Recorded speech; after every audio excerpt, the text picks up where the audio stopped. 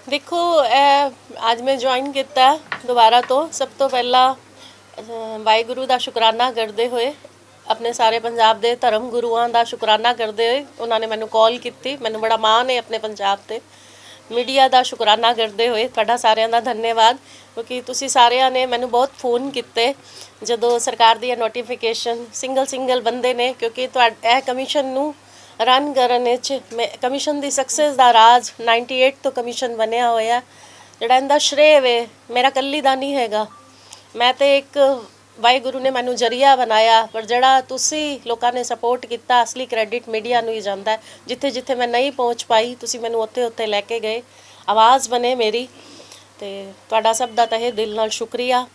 तो एक बंदे नाल ना गल करन दा उदों एक रीजन सी कि असी अपने सम्मान की लड़ाई नू लैके जिहड़ा एक रीजन सी सरकार दा एक क्वेश्चन रेस किया जिहड़ा सरकार ने मेरे ते कि एक्सटेंशन देने का प्रावधान नहीं सी, इस करके मैनू रिमूव किया गया।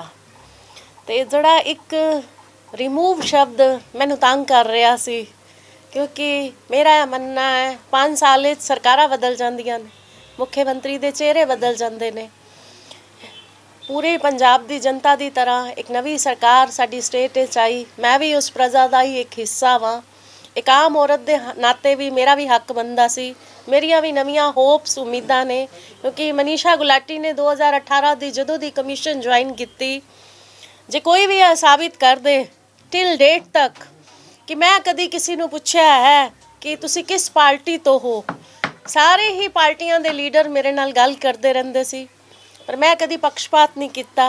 आम आदमी की सरकार बनन तो पहला भी मैं जो चंडीगढ़ धरने ते इन्हां दी टीम बैठी हुई सी, शायद तुसी सारे गवाह हो, मैं अपने पेज ते उन्हां दी पोस्ट शेयर करके उन्होंने सपोर्ट किया। क्योंकि मेरा मनना है कि कानून की सीट ते बह के तुसी संविधानिक सीट जिन्हों एक नाम दिता होया, संविधानिक सीट ही है, साडे कोल उन्नियां ही सिविल कोड दीयां पावरां ने, तुसी पक्षपात नहीं कर सकते। डिपेंड करता है परसनैलिटी टू परसनैलिटी भी, पर मेरा हमेशा तो विश्वास कर्म विच रहा है कि तुसी अपना, मैं कभी भी किसी को क्रिटिसाइज़ नहीं किया, पॉलिटिक्स नहीं की और ना ही आने वाले समाज करांगी। तो मेरा कंसर्न यही सी कि जिहड़ा एक रिमूव शब्द मैनू तंग कर रहा सी कि मैं 5 साल तो जो मेहनत की 98 तो जिहड़ा कमीशन बनया होया 17 सैक्टर की 85 सीढ़ियाँ चढ़ के जदों मैं बनी ऊपर गई, कैप्टन अमरिंदर सिंह जी और महारानी परनीत कौर ने जिन्होंने मैनू इस सीट ते विश्वास भरोसा करके मैनू बिठाया। पर मेरा यह मनना है सरकारां बिठा देंदियां ने ते करज तुहाडी तुहानू अगे लैके जांदी है। उस 85 सीढ़ियां तो चढ़ते चढ़ते मैं गिर भी पई, मेरे 2 पैरों की हड्डियां टुटियां। कोविड दे विच भी मैं गवाह वे सोशल मीडिया कि मैं कोविड भी काम करती रही। उत्थों लैके इत्थे तक दा सफ़र ऑफिस चेंज कराना सब तो वड्डा एक चैलेंज रहा। हालांकि मुख्यमंत्री साहब नाल बड़े ही पर्सनल परिवारिक रिश्ते होने के बावजूद भी जो डिपार्टमेंटल काम में वो बड़ा पीड़ाजनक रहा काम करवाना, क्योंकि वो चीफ मिनिस्टर का काम नहीं सी ऑफिस शिफ्ट करना, उन्होंने ऑर्डर ही देने सी। तो बड़ा एक पीड़ाजनक रहा कि 98 तो बाद कि बजुर्गों को उत्ते नहीं चढ़ाया जाता सी ते मेरा इत्थे तक का सफ़र तो तुहाडे रिमूव शब्द तंग कर रहा सी। फिर उसी गल ते आने आ कि अपने मान सम्मान की लड़ाई नू लैके कि एक्सटेंशनस जिहड़ा सरकार का एक क्वेश्चन रेस सी कि एक्सटेंशनस देने का प्रावधान नहीं है। जदों दा कमीशन बनया है मेरे तो पहले जिन्नियां भी चेयरपर्सन रही ने सब नू एक्सटेंशन मिली है और सारियां ही स्टेट्स एक्सटेंशन मिलदियां ने, चाहे वो दिल्ली होवे, राजस्थान, हरियाणा, हिमाचल, छत्तीसगढ़, जिथे भी होवे एक्सटेंशनस मिलदियां रही ने। यह प्रावधान है सिर्फ इस सम्मान की लड़ाई नू लैके। ते मैं बड़े दिल तो पंजाब हरियाणा मानयोग हाई कोर्ट का दिल तो शुक्रिया करदी हाँ कि मेरी इस सम्मान की लड़ाई नू उन्होंने ध्यान नाल सुनिया और सीनियर एडवोकेट चेतन मित्तल जी ने मेरा पक्ष रखिया और मैनू यह ऑनर दिता। उनके नाल ही पंजाब सरकार का शुक्रिया करदी हाँ कि उन्होंने यह फैसला वापस लिता। तो मैनू उम्मीद है कि आने वाले समय जदों दी यह सरकार बनी है मेरे और इन्हां दे विचे एक बातचीत चल रही है, पर ऑफिसर विचे ने मेरे वास्ते मेरा रेजिग्नेशन बहुत छोटी चीज़ है, बहुत माइनर है। मैं जिस शिद्दत दे नाल इस चेयर ते बैठ के काम करती रही सां, लोकां दे विच सां, ਹੈਗੀਆਂ ਔਰ ਇਨ ਫਿਊਚਰ ਵਿੱਚ ਵੀ ਰਹਾਂਗੀ। ਚੇਅਰ ਤੇ ਰਹਾਂ ਜਾਂ ਨਾ ਰਹਾਂ, ਪਰ ਉਮੀਦ ਹੈ ਕਿ ਆਉਣ ਵਾਲੇ ਸਮਾਂ ਵਿੱਚ 4 ਤੋਂ 5 ਵਾਰੀ ਆਪਣੇ ਆਨਰੇਬਲ ਚੀਫ ਮਿਨਿਸਟਰ ਸਾਹਿਬ ਕੋਲ ਟਾਈਮ ਮੰਗ ਚੁੱਕੀ ਹਾਂ। ਕੁਛ ਉਹਨਾਂ ਦੇ ਨਾਲ ਆਮਨੇ ਸਾਹਮਣੇ ਬੈਠ ਕੇ ਕਿ ਕੁਛ ਉਹਨਾਂ ਨੂੰ ਦੱਸਣਾ ਚਾਹੁੰਦੀ ਹਾਂ ਕਿ ਜੋ ਤੁਸੀਂ ਚਾਹੁੰਦੇ ਹੋ ਮੇਰੇ ਲਈ ਉਹ ਵੱਡੀ ਚੀਜ਼ ਨਹੀਂ ਹੈਗੀ। 5 ਸਾਲ ਇਹ ਸਰਕਾਰਾਂ ਬਦਲ ਜਾਂਦੀਆਂ ਨੇ, ਮੁੱਖ ਮੰਤਰੀ ਦਾ ਫੇਸ ਬਦਲ ਗਿਆ ਤੇ ਕਮਿਸ਼ਨ ਨੂੰ ਤਾਂ ਕਦੀ ਸਾਡੀ ਸਟੇਟ ਵਿੱਚ ਇੰਨੀ ਵੈਲਿਊ ਹੀ ਨਹੀਂ ਦਿੱਤੀ ਗਈ। ਪਰ ਮੈਂ ਸਰਕਾਰ ਦੇ ਸਪੋਰਟ ਨਾਲ ਹੀ, ਆਪਣੀ ਅਫਸਰਸ਼ਾਹੀ ਦੇ ਸਪੋਰਟ ਨਾਲ, ਮੀਡੀਆ ਦੇ ਸਪੋਰਟ ਨਾਲ ਜਿੰਨਾ ਬੈਸਟ ਕਰਨ ਦੀ ਕੋਸ਼ਿਸ਼ ਕੀਤੀ, ਇਮਾਨਦਾਰੀ ਨਾਲ ਕੀਤਾ ਔਰ ਇਨ ਫਿਊਚਰ ਵਿੱਚ ਵੀ ਜਦ ਤੱਕ ਇਹ ਸੀਟ ਤੇ ਰਹਾਂਗੀ ਸ਼ਿੱਦਤ ਨਾਲ ਕੰਮ ਕਰਦੀ ਰਹਾਂਗੀ। ਮੈਡਮ ਕੱਲ ਵੀ ਕੈਬਨਿਟ ਮੰਤਰੀ ਵੱਲੋਂ ਇਹ ਕਿਹਾ ਗਿਆ ਕਿ ਅਸੀਂ ਹਲੇ ਵੀ ਜਿਹੜਾ ਹੈ ਮਨੀਸ਼ਾ ਗੁਲਾਟੀ ਨੂੰ ਕੁਰਸੀ ਤੋਂ ਲਾਣਾ ਹੈ। ਕੁਲਦੀਪ ਧਾਲੀਵਾਲ ਵੱਲੋਂ ਇਸ ਤਰੀਕੇ ਦੀ ਬਿਆਨਬਾਜ਼ੀ ਕੀਤੀ ਗਈ ਹੈ ਕਿ ਅਸੀਂ ਹਲੇ ਵੀ ਉਹਨਾਂ ਨੂੰ ਜਿਹੜਾ ਕੁਰਸੀ ਤੋਂ ਹਟਾਵਾਂਗੇ। ਦੇਖੋ, ਜਦੋਂ ਇਹ ਇੱਕ ਮੇਰੀ ਮਾਨ सम्मान ਦੀ ਲੜਾਈ ਕੋਰਟ ਵਿੱਚ ਚਲੀ ਜਾਏ ਨਾ, ਇਹੋ ਜਿਹੇ ਕੁਐਸਚਨਸ ਤੇ ਕੁਝ ਵੀ ਜਵਾਬ ਦੇਣਾ ਇੱਕ ਸਟੇਟਮੈਂਟ ਮੰਨਿਆ ਜਾਂਦਾ ਹੈ ਤੇ ਡੈਮੋਕ੍ਰੇਸੀ ਹੈ। ਸਾਡੀ ਸਟੇਟ ਦੇ ਕੈਬਨਿਟ ਮੰਤਰੀ ਨੇ, ਮੇਰੇ ਤੋਂ ਏਜ 'ਚ ਵੀ ਵੱਡੇ ਹੋਣਗੇ, ਵੱਡੇ ਛੋਟੇ ਹੋਣ, ਮੈਂ ਵੀ ਇੱਕ ਸੀਟ ਤੇ ਬੈਠ ਕੇ ਉਹਨਾਂ ਦਾ सम्मान ਕਰਨੀ ਆ।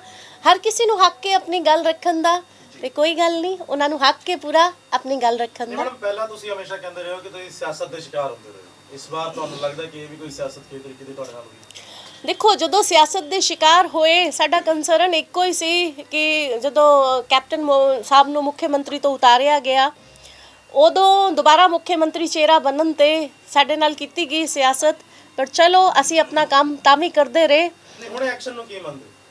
ਹੁਣ ਐਕਸ਼ਨ ਨੂੰ ਸਰਕਾਰ ਨੇ ਇਹੋ ਹੀ ਕਿਹਾ ਤੁਹਾਡੇ ਸਭ ਦੇ ਸਾਹਮਣੇ ਹੀ ਕਿ ਐਕਸਟੈਂਸ਼ਨ ਦੇਣ ਦਾ ਪ੍ਰਾਵਧਾਨ ਨਹੀਂ ਹੈ। ਮਿਸਕੰਡਕਟ ਵੀ ਜ਼ਰੂਰ ਕਿਹਾ ਗਿਆ ਸੀ, ਕਿਸ ਤਰੀਕੇ ਦਾ ਮਿਸਕੰਡਕਟ ਵੀ ਹੋਇਆ? ਦੇਖੋ, ਇਸ ਤਰ੍ਹਾਂ ਦਾ ਕੁਛ ਨਹੀਂ ਸੀ, ਇੱਕੋ ਹੀ ਸਾਨੂੰ ਸਾਰੇ ਚਾਹੀਏ ਕਿ ਮਿਸਕੰਡਕਟ ਕੁਛ ਨਹੀਂ ਸੀ, ਕਿ ਇਹ ਕਿ ਪ੍ਰਾਵਧਾਨ ਨਹੀਂ ਸੀ ਐਕਸਟੈਂਸ਼ਨ ਦੇਣ ਦਾ। ਤੇ ਐਕਸਟੈਂਸ਼ਨਸ, ਮੇਰਾ ਕੰਸਰਨ ਇਹੋ ਹੀ ਸੀ ਕਿ ਐਕਸਟੈਂਸ਼ਨ ਅੱਗੇ ਵੀ ਦਿੱਤੀਆਂ ਗਈਆਂ ਨੇ। ਦਿੱਲੀ 'ਚ ਵੀ ਆਈ ਥਿੰਕ ਤੀਸਰੀ ਵਾਰੀ ਐਕਸਟੈਂਸ਼ਨ ਮਿਲੀ ਹੋਈ ਹੈ, ਹੋਰ ਸਟੇਟਾਂ 'ਚ ਵੀ, ਸਾਰੀਆਂ ਸਟੇਟਾਂ 'ਚ। ਪਰ ਇੱਕ ਡਾਕੂਮੈਂਟਸ ਕੁਝ ਪੂਰੇ ਨਹੀਂ ਸੀਗੇ, ਉਹ ਪੂਰੇ ਕਰਕੇ ਦੁਬਾਰਾ ਤੋਂ ਕੋਰਟ ਦੇ ਵਿੱਚ ਇਹ ਮੈਟਰ ਲਾਇਆ ਜਾਊਗਾ। ਕੋਈ ਗੱਲ ਨਹੀਂ, ਉਸ ਤੋਂ ਪਹਿਲਾਂ ਤੁਸੀਂ ਗੱਲਬਾਤ ਵੀ ਕਰਨਾ ਚਾਹੁੰਦੇ ਹੋ, ਕੀ ਲੱਗਦਾ ਗੱਲਬਾਤ ਮੈਟਰ ਸੋਲਵ ਹੋ ਸਕਦਾ ਤਾਂ? ਨਹੀਂ, ਕੋਈ ਉਹ ਤਾਂ ਦੇਖੋ, ਮੇਰਾ ਫੰਡਾਮੈਂਟਲ ਰਾਈਟ ਹੈ ਮੁੱਖ ਮੰਤਰੀ ਸਾਹਿਬ ਨੂੰ ਮਿਲਣ ਦਾ। ਇਹ ਤੇ ਮੈਂ ਸੀਟ ਤੇ ਰਵਾਂ ਨਾ ਰਵਾਂ, ਮੈਂ ਕਦੀ ਵੀ ਮੁੱਖ ਮੰਤਰੀ ਸਾਹਿਬ ਨੂੰ ਵੇਟ ਕਰ ਰਹੀ ਹਾਂ। ਮੈਂ ਉਹਨਾਂ ਨੂੰ ਉਹਨਾਂ ਦੀ ਸ਼ਾਦੀ ਦੀ ਵੀ ਸ਼ੁਭਕਾਮਨਾਵਾਂ ਦੇਣ ਲਈ ਵੀ ਫੋਨ ਕੀਤਾ ਸੀ। ਧਾਲੀਵਾਲ ਸਾਹਿਬ ਨੇ ਕਿਹਾ ਕਿ ਹਟਾਣਾ ਜੋ ਹੈ ਤੁਹਾਨੂੰ ਉਹ ਸਰਕਾਰ ਦੇ ਇਖਤਿਆਰ ਦੇ ਵਿੱਚ ਹੈ ਤੇ ਜੋ ਪੋਸਟ ਤੇ ਰਹੇਗਾ ਉਹ ਸੀਐਮ ਦੀ ਚੁਆਇਸ ਦੇ ਨਾਲ ਰਹੇਗਾ। ਦੇਖੋ, ਮੈਂ ਇਹਦੇ ਤੇ ਕੋਈ ਵੀ ਕਮੈਂਟ ਨਹੀਂ ਕਰਨਾ ਚਾਹੁੰਦੀ, ਉਹਨਾਂ ਦਾ ਆਪਣਾ ਅਧਿਕਾਰ ਹੈ, ਡੈਮੋਕ੍ਰੇਸੀ ਹੈ, ਹਰ ਕਿਸੇ ਨੂੰ ਅਧਿਕਾਰ ਹੈ, ਕੁਝ ਵੀ ਉਹ ਕਹਿ ਸਕਦੇ ਨੇ। ਮੈਂ ਉਹਨਾਂ ਦਾ सम्मान ਕਰਦੀ ਹਾਂ, ਸ਼ੁਕਰੀਆ ਕਰਦੀ ਹਾਂ। ਮੈਂ ਹਲੇ ਜਿਵੇਂ ਕਿ ਤੁਹਾਨੂੰ ਮਹਿਲਾ ਪਰਸਨਲੀ ਤੁਸੀਂ ਕਿਉਂ ਸੀਐਮ ਨੂੰ ਮਿਲਣਾ ਚਾਹੁੰਦੇ, ਤੁਸੀਂ ਇਹ ਮੇਰਾ ਅਧਿਕਾਰ ਹੈ। ਸਪਸ਼ਟ ਕਰਨਾ ਚਾਹੁੰਦੇ ਹੋ ਆਪਣੇ ਸਥਿਤੀ ਕੀ? ਦੇਖੋ, ਜਦੋਂ ਦੀ ਸਰਕਾਰ ਬਣੀ ਹੈ ਅਸੀਂ ਕਮਿਸ਼ਨ ਤੇ ਬੈਠ ਕੇ, ਸਾਨੂੰ ਪਤਾ ਹੈ ਸਾਡੀ ਸਟੇਟ ਵਿੱਚ ਕੁੜੀਆਂ ਨੂੰ, ਬੱਚੀਆਂ ਨੂੰ ਕੀ ਮੁਸ਼ਕਿਲਾਂ ਫੇਸ ਆ ਰਹੀਆਂ ਨੇ। ਅੱਜ ਸਾਡੇ ਮੇਲ ਬੜੇ ਹਰਾਸ ਹੋ ਰਹੇ ਨੇ, NRI ਕੁੜੀਆਂ ਦੇ ਬਹੁਤ ਸਾਰੇ ਮੇਰੇ ਕੋਲ ਇਹੋ ਜਿਹੇ ਕੰਸਰਨ ਹੈਗਾ ਤੇ ਮੁੱਖ ਮੰਤਰੀ ਸਾਹਿਬ ਕੋਲ ਬਹੁਤ ਜ਼ਿਆਦਾ ਪ੍ਰੈਸ਼ਰ ਹੈ। ਤੇ ਅਸੀਂ ਕਮਿਸ਼ਨ ਹੀ ਇੱਕ ਇਹੋ ਜਿਹੀ ਬਾਡੀ ਹੈ ਜਿਹੜਾ ਇੱਕਦਮ ਡਾਇਰੈਕਟ ਰੂਬਰੂ ਤੁਸੀਂ ਜਨਤਾ ਦੇ ਨਾਲ ਵਾਕਫ ਹੁੰਦੇ ਹੋ ਤੇ ਸਾਨੂੰ ਪਤਾ ਹੈ ਉਹ ਪ੍ਰੋਬਲਮਸ ਲਈ, ਕੰਸਰਨ ਕੁਝ ਵੀ ਹੋ ਸਕਦਾ ਹੈ। ਮੈਮ, ਤੁਸੀਂ ਮਹਿਲਾ ਕਮਿਸ਼ਨ ਦੇ ਚੇਅਰਪਰਸਨ ਹੋ, ਬੀਇੰਗ ਮਹਿਲਾ ਵੀ ਇੱਕ ਗੱਲ ਕਰੀਏ, ਜਾਂ ਫਿਰ ਆਮ ਆਦਮੀ ਪਾਰਟੀ ਦੇ ਮੁੱਖ ਮੰਤਰੀ ਹੋਣ ਜਾਂ ਮੰਤਰੀ ਹੋਣ, ਚਾਹੇ ਕੇਜਰੀਵਾਲ ਵੀ ਹੋਣ, ਉਹ ਕਹਿੰਦੇ ਅਸੀਂ ਮਹਿਲਾਵਾਂ ਨੂੰ ਬਹੁਤ ਸਾਰਾ सम्मान ਦਿੰਦੇ ਹਾਂ। ਲੇਕਿਨ ਜੋ ਤੁਹਾਡੇ ਨਾਲ ਹੋ ਰਿਹਾ, ਚਾਹੇ ਤੁਸੀਂ ਇਹਨੂੰ ਰਾਜਨੀਤੀ ਕਹਿ ਲਓ, ਚਾਹੇ ਪੋਲੀਟੀਕਲ ਵੈਂਡੇਟਾ ਕੁਝ ਵੀ ਕਹਿ ਲਓ, ਤੁਹਾਨੂੰ ਲੱਗਦਾ ਕਿ ਜਿਹੜੀਆਂ ਗੱਲਾਂ ਕਹੀਆਂ ਜਾਂਦੀਆਂ ਨੇ ਤੇ ਕਰੀਆਂ ਜਾਂਦੀਆਂ ਨੇ ਉਹਨਾਂ ਦੇ ਵਿੱਚ ਫਰਕ ਹੈ ਜੀ? देखो, मैं किसी भी पॉलिटिकल स्टेटमेंट मैं इस चेयर पे बैठ के नहीं दांगी, क्योंकि पॉलिटिकल स्टेटमेंट देना मेरा बनदा ही नहीं। मैं 2011 तो लोग मैनू MLA बनाते आ रहे हैं, प्रधानमंत्री की वॉल ते जे मैं कोई कमेंट करती हाँ तो लोग कहते PM तो टिकट मंगती है। तो मैं पॉलिटिकल किसी भी मनीषा गुलाटी एक ऐहो जी मेरा अपना एक वजूद है कि मैं ਜਦੋਂ ਵੀ ਕੁਝ ਕੱਲ ਕਰਾਂਗੀ ਆਪਣੇ ਦਮ ਤੇ ਕਰਾਂਗੀ, ਕਦੀ ਵੀ ਕਿਸੇ ਨੂੰ ਕ੍ਰਿਟਿਸਾਈਜ਼ ਨਹੀਂ ਮੈਂ ਕਰਾਂਗੀ। ਮੈਂ ਆਪਣਾ ਦਿਖਾਵਾਂਗੀ ਲੋਕਾਂ ਨੂੰ ਕਿ ਮੈਂ ਕੀ ਬੈਸਟ ਤੁਹਾਡੇ ਲਈ ਕਰ ਸਕਦੀ ਹਾਂ ਤੇ ਮੈਂ ਕਿਸੇ ਵੀ ਰਾਜਨੀਤਿਕ ਕਮੈਂਟ ਵਿੱਚ ਨਹੀਂ ਪਾਣਾ। ਮੈਂ ਜਿੰਨੀ ਪਾਰਟੀਆਂ ਨੇ ਸਭ ਦੇ ਲੀਡਰਾਂ ਦਾ ਬਹੁਤ सम्मान ਕਰਦੀ ਹਾਂ, ਕਰਦੀ ਰਹਾਂਗੀ, ਚੇਅਰ ਤੇ ਰਹਾਂ ਨਾ ਰਹਾਂ, ਪਰ ਮੈਂ ਕਿਸੇ ਡਰਟੀ ਪੋਲਿਟਿਕਸ ਵਿੱਚ ਨਹੀਂ ਪੈਣਾ। ਮੈਂ ਕਿਸੇ ਨੂੰ ਰਾਜਨੀਤਿਕ ਕਮੈਂਟ ਨਹੀਂ ਮੈਂ ਕੋਈ ਦੇ ਸਕਦੀ। ਸਿਆਸੀ ਤੌਰ ਤੇ ਮੈਂ ਦੇਖਿਆ ਕਿ ਜਦੋਂ ਵੀ ਸਰਕਾਰਾਂ ਚੇਂਜ ਹੁੰਦੀਆਂ ਨੇ, ਚੇਅਰਮੈਨ ਹਮੇਸ਼ਾ ਹੀ ਚੇਂਜ ਹੁੰਦੇ ਆਏ ਨੇਗੇ, ਕਿਉਂਕਿ ਉਹ ਅੱਗੇ ਜਦੋਂ ਵੀ ਜਿਹੜੀ ਸਰਕਾਰ ਹੁੰਦੀ ਆ ਆਪਦੇ ਕਿਸੇ ਨਾ ਕਿਸੇ ਚਹੇਤੇ ਨੂੰ ਸੀਟ ਦਿੰਦੀ ਹੈਗੀ। ਤੁਹਾਨੂੰ ਲੱਗਦਾ ਕਿ ਆਖਰਕਾਰ ਜਦੋਂ ਹੁਣ ਦੇਖੋ ਬਦਲਦੀਆਂ ਨੇ, ਹੋਰ ਚੇਅਰਮੈਨੀਆਂ ਔਰ ਕਮਿਸ਼ਨ ਵਿੱਚ ਬਹੁਤ ਫਰਕ ਹੈ।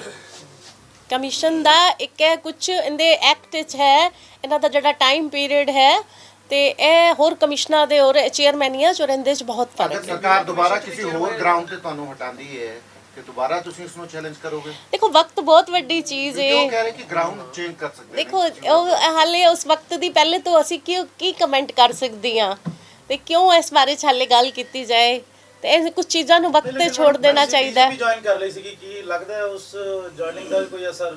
ਦੇਖੋ ਉਹ ਸਮੇਂ ਦੀ ਗੱਲ ਸੀ। ਮੇਰਾ ਆਪਣਾ ਮੰਨਣਾ ਹੈ ਕਿ ਉਹ ਜੁਆਇਨਿੰਗ ਦਾ ਪਿੱਛੇ ਵੀ ਕੁਝ ਰੀਜ਼ਨ ਸੀ। ਇਹ ਸੀਟ ਤੇ ਬਹਿ ਕੇ ਅਸੀਂ ਕਿਸੇ ਨਹੀਂ ਹੈ ਜੋ ਐਕਸ਼ਨ ਹੋਇਆ। ਨਹੀਂ ਅਸੀਂ ਦੇਖੋ ਮੈਂ ਕੀ ਕਹਿ ਸਕਦੀ ਹਾਂ, ਇਹ ਤੇ ਇੱਕ ਪੋਲੀਟੀਕਲ ਤੁਹਾਡਾ ਇੱਕ ਕੁਐਸਚਨ ਹੋ ਗਿਆ। ਮੈਂ ਇਸ ਸੀਟ ਤੇ ਬਹਿ ਕੇ ਪੋਲੀਟੀਕਲ ਕੋਈ ਕਮੈਂਟ ਨਹੀਂ ਕਰਨਾ। ਮੈਨੂੰ ਤੁਸੀਂ ਮੇਰੀ ਕਮਿਸ਼ਨ ਦੇ ਮਾਰਫਤ ਗੱਲ ਕਰੋ, ਮੇਰੀ ਜੁਆਇਨਿੰਗ ਦੇ ਜਾਂ ਮੈਨੂੰ ਜੋ ਰਿਮੂਵ ਕੀਤਾ ਉਹਦੇ ਮਾਰਫਤ ਕੋਈ ਵੀ ਸ਼ਿਕਾਇਤਾਂ ਤੁਹਾਡੇ ਕੋਲ ਆਈਆਂ ਇਹਨਾਂ ਦਿਨਾਂ ਦੇ ਵਿੱਚ, ਤੁਸੀਂ ਜਦੋਂ ਤੱਕ ਕੁਰਸੀ ਤੇ ਨਹੀਂ ਸੀ ਕਿ ਕੁਝ ਇਸ ਤਰ੍ਹਾਂ ਦੌਰਾਨ ਵੀ ਤੁਹਾਡੇ ਕੋਲ ਸ਼ਿਕਾਇਤਾਂ ਪਹੁੰਚੀਆਂ? शिकायत तो रेगुलर फोन आने बंद हो गए ने। 32 शिकायत वापस लोग लै गए ने आके कि असी मैडम तो ही कराना सी। तो मेरे को शब्द नहीं है, लोगों ने मेरे ते जड़ा विश्वास किया उनके लिए मेरे को शब्द नहीं है। तो 45,000 प्लस मेरे को व्हाट्सएप आए पे ने ਜਿਹੜੇ कि मेरे लिए पढ़ना बहुत मुश्किल है। लोगों के कंसर्न प्यार ली कि मैं ਪਹਿਲੇ ਦੀ ਤਰ੍ਹਾਂ ਉਹਨਾਂ ਦੇ ਵਿੱਚ ਸੀ ਹਾਂ ਹੋਰ ਰਹਾਂਗੀ, ਕੰਮ ਕਰਦੀ ਰਹਾਂਗੀ, ਉਹਨਾਂ ਦੇ ਮੁੱਦਿਆਂ ਲਈ ਆਵਾਜ਼ ਚੁੱਕਦੀ ਰਹਾਂਗੀ। 2-3 ਕੇਸ ਬੜੇ ਦਰਦਨਾਕ ਹੋਏ ਨੇ ਕਿ ਇੱਕ ਸਾਡੀ ਪੰਜਾਬ ਦੀ ਬੇਟੀ ਮੈਰਿਡ ਹੈ ਸਾਡੀ ਸਟੇਟ ਤੋਂ ਬਾਹਰ, ਉਹਦਾ ਮੈਂ ਕੇਸ ਸੋਲਵ ਕੀਤਾ ਸੀ। ਪ੍ਰੈਗਨੈਂਟ ਹੈ 2 ਮਹੀਨੇ ਦੀ। ਉਸ ਲੜਕੀ ਨੇ ਮੇਰੇ ਉਤਰਦੇ ਆਈ ਉਹਦੇ ਹਸਬੈਂਡ ਨੇ ਉਹਨੂੰ ਬੈਲਟ ਨਾਲ ਕੁੱਟਿਆ ਔਰ ਸ਼ਰਾਬ ਦੀ ਬੋਤਲ ਰੱਖ ਕੇ ਅੱਗੇ ਕਿਹਾ ਨੱਚ। ਹੁਣ ਮੈਂ ਉਹਨੂੰ ਹੀ ਬੋਤਲ ਵਿੱਚ ਬੰਦ ਕਰਕੇ ਇਹੋ ਜਿਹਾ ਨਚਾਵਾਂਗੀ ਕਿ ਯਾਦ ਰੱਖੇਗਾ ਕਾਨੂੰਨ ਦੇ ਦਾਇਰੇ 'ਚ ਰਹਿ ਕੇ ਅਸੀਂ ਉਹਨਾਂ ਦਾ ਫੈਸਲਾ ਕਰਾਇਆ। ਔਰ ਉਹਨੇ ਇੱਕ ਮਾਂ ਨੂੰ ਜਿਹੜੀ ਪ੍ਰੈਗਨੈਂਟ ਹੈ 2 ਮਹੀਨੇ ਦਾ ਬੱਚਾ ਉਹਦੇ ਪੇਟ 'ਚ ਬੋਤਲ ਰੱਖ ਕੇ ਉਹਨੂੰ ਕਹਿੰਦਾ ਕਿ ਨੱਚ। ਉਹਨੂੰ ਮੈਂ ਦੱਸਾਂਗੀ ਕਿ ਨਸ਼ਾ ਸ਼ਰਾਬ ਦੀ ਬੋਤਲ ਵਿੱਚ ਕਿ ਤੇਰੇ ਦਿਮਾਗ ਵਿੱਚ ਉਹਦੀ ਬੋਤਲ ਨਾ ਮੈਂ ਨਚਾਈ ਤੇ ਮੈਨੂੰ 100 ਪੰਜਾਬ ਦੀ ਯਾਦ ਰੱਖੇਗਾ। ਉਹ ਰਾਜਸਥਾਨ ਦਾ ਕਾਨੂੰਨ ਦੇ ਦਾਇਰੇ 'ਚ ਹੀ ਰੱਖ ਕੇ ਅਸੀਂ ਕਾਰਵਾਈ ਕਰਾਂਗੇ, ਚਾਹੇ ਮੈਨੂੰ ਉੱਥੇ ਨਾ ਜਾਣਾ ਪਏ, ਮੈਂ ਜਾ ਕੇ ਰਹੂੰਗੀ, ਉਹਨੂੰ ਮੈਂ ਸਬਕ ਸਿਖਾ ਕੇ ਰਹੂੰਗੀ। ਲੱਗਦਾ ਹੈ ਕਿ ਜਿਹੜਾ ਫੈਸਲਾ ਹੋਇਆ ਸੀਗਾ ਤੁਹਾਨੂੰ ਰਿਮੂਵ ਕੀਤਾ ਸੀਗਾ, ਜਿਹੜਾ ਤੁਸੀਂ ਕਹਿ ਰਹੇ ਹੋ ਰਿਮੂਵ ਸ਼ਬਦ ਬੜਾ, ਉਸ ਤੋਂ ਬਾਅਦ ਕਈ ਚੀਜ਼ਾਂ ਇਸ ਤਰ੍ਹਾਂ ਦੀ ਹੋਈਆਂ ਜਿਹੜੇ ਤੁਸੀਂ ਸੌਟ ਆਊਟ ਕਰਾਏ ਮੈਟਰ ਚਾਹੇ ਵਿਲੇਜ ਦੇ ਵੀ ਹੈ, ਕਈ ਫਿਰ ਗਲਤ ਵੀ ਚੀਜ਼ਾਂ ਹੋਈਆਂ, ਕਈ ਲੇਡੀਜ਼ ਤੇ ਗਲਤ ਉਹ ਵੀ ਹੋਇਆ, ਕਮੈਂਟਬਾਜ਼ੀ ਹੋਈ ਹੈ, ਫਿਰ ਜਿੱਦਾਂ ਤੁਸੀਂ ਐਗਜ਼ਾਮਪਲ ਦਿੱਤਾ। ਦੇਖੋ ਇੱਕ ਮਾਂ ਉੱਤੇ ਇੱਕ ਬਜ਼ੁਰਗ ਮਾਂ ਦਾ ਅਸੀਂ ਫੈਸਲਾ ਕੀਤਾ ਸੀ। ਉਹਨਾਂ ਦਾ ਮੈਨੂੰ ਫੋਨ ਆਇਆ ਕਿ ਜਿਸ ਦਿਨ ਤੁਹਾਡੇ ਆਰਡਰ ਹੋਏ ਮੇਰੇ ਬੇਟੇ ਨੇ ਮੇਰੇ ਉੱਤੇ ਪਿਸ਼ਾਬ ਕੀਤਾ ਕਿ ਲੈ ਇਹ ਗਈ ਮਨੀਸ਼ਾ ਗੁਲਾਟੀ। ਬਹੁਤ ਦੁਖਦ ਹੈ। ਬਹੁਤ ਸਾਰੀਆਂ ਮੇਲ ਆਈਆਂ ਪਈਆਂ ਨੇ ਕਿਉਂਕਿ ਬਹੁਤ ਸਾਰੇ ਫੈਸਲੇ ਕਰਕੇ ਗਈ ਸੀ, ਕੀਤੇ ਸੀ ਬਹੁਤ ਸਾਰੇ, ਉਮੀਦ ਨਹੀਂ ਸੀ, ਕੁਝ ਫੈਸਲੇ ਪੈਂਡਿੰਗ ਪਏ ਹੋਏ ਸੀ। ਤੇ ਉਹਨਾਂ ਜਨਾਨੀਆਂ ਦੀ ਮੈਨੂੰ ਬਹੁਤ ਸਾਰੀਆਂ WhatsApp ਆ ਰਹੇ ਨੇ, ਕੁਝ ਮੇਲ ਦੇ ਵੀ ਨੇ ਕਿਉਂਕਿ ਮੇਰਾ ਕੰਸਰਨ ਹਮੇਸ਼ਾ ਤੋਂ ਇਹੀ ਹੀ ਰਿਹਾ ਸੀਟ ਤੇ ਬਹਿ ਕੇ ਕਿ ਕਿਸੇ ਦਾ ਘਰ ਨਾ ਟੁੱਟੇ। ਕਹਿੰਦੇ ਨੇ ਇੰਡੀਪੈਂਡੈਂਟ ਕੋਈ ਔਰਤ ਦਾ अस्तित्व नहीं है परिवार तो बिना। मेरा फैमिली बड़ा ही ज़्यादा बिलीव रहा है कि परिवार एक बहुत बड़ी स्ट्रेंथ होंदी है। किसी भी बच्चे तो उन्होंने माँ प्यो ना माँ ना प्यो खोए जान। चीज़ां उल्टियां हो रही ने, लड़कियां भी ब्लैकमेल कर लिया ने। एक कुड़ी ने अपने हसबैंड नूं चपेड़ मारी है, वो भी मेरे को शिकायत, वो भी केस इत्थे ही सॉल्व होया सी। ਤੇ ਬਹੁਤ ਦੁਖਦ ਹੈ। ਦੇਖਦੇ ਹਾਂ ਹੁਣ ਜਿੰਨਾ ਜੋ ਬੈਸਟ ਕਰ ਸਕਦੇ ਆ ਕਰਾਂ। ਅੱਜ ਤੋਂ ਸ਼ੁਰੂ ਹੋ ਜੂਗੇ ਜੀ, ਫਿਰ ਲੋਕ ਆਉਣਾ ਸ਼ੁਰੂ ਹੋ ਜਾਣ ਤੁਹਾਡੇ ਕੋਲ?